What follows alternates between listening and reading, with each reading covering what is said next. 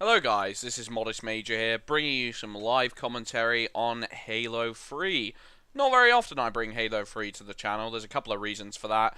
One of the bigger reasons for me is the change in control scheme. I have a really hard time transitioning from Halo 4 to Halo 3. Someone pointed out on my last Halo 3 video that there is a control scheme that's fairly similar to Halo 4. It's not quite similar enough, in my opinion. I play Claw, and if you play Claw, you kind of need everything to work the same way it does because, a lot of the way I do claw is by muscle memory, and it's not very often I look down at my controller and I'm using my index finger to press every single button, and that can get confusing when you're moving over to a different button instead.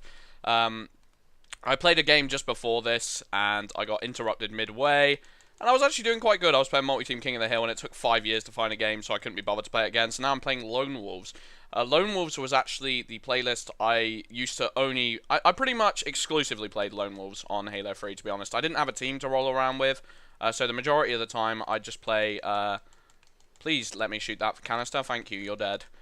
Majority of the time I would just play Lone Wolves, because Lone Wolves, you can still play by yourself, and you'd only have yourself to blame if things didn't go your way.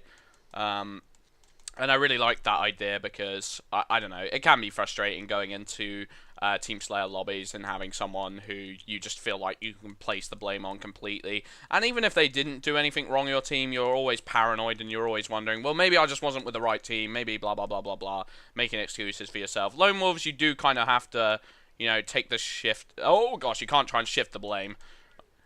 This game has already been a ton more chaotic than I was originally expecting. And I got Guardian, which is freaking awesome. Guardian's just a great map to go back on.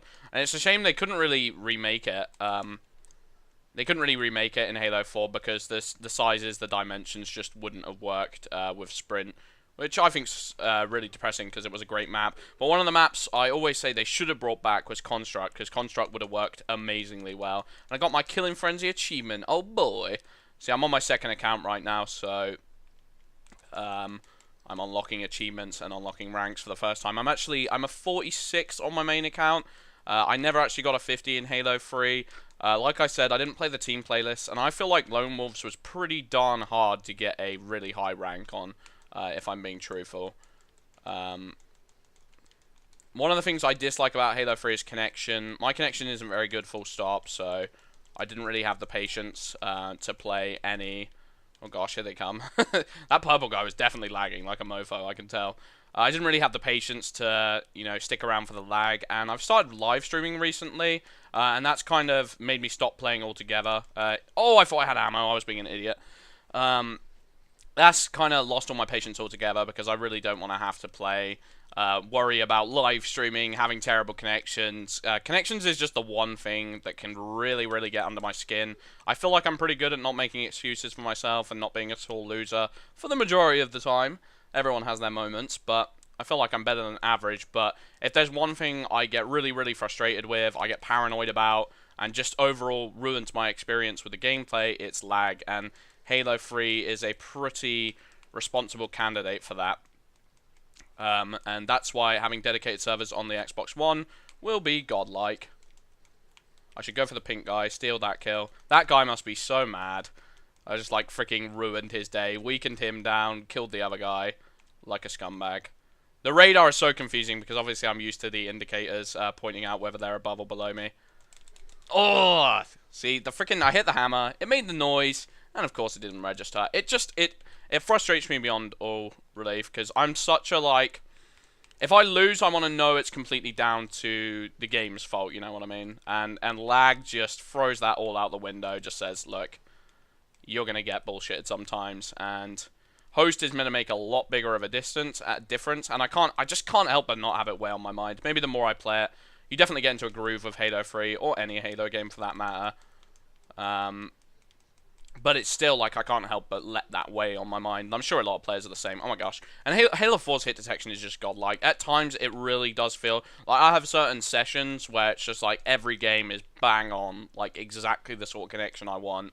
And it just feels great. And it alleviates so much stress off my mind. Because, once again, like I say, I can blame myself. In this sort of game, you want You know, you want yourself to be the main culprit, the main person responsible for any of the mistakes that go down. And Lone Wolves, I was never actually, I don't think I even deserve my 46. I think Lone Wolves personally is one of the hardest playlists, like I said. I don't think it's very easy at all.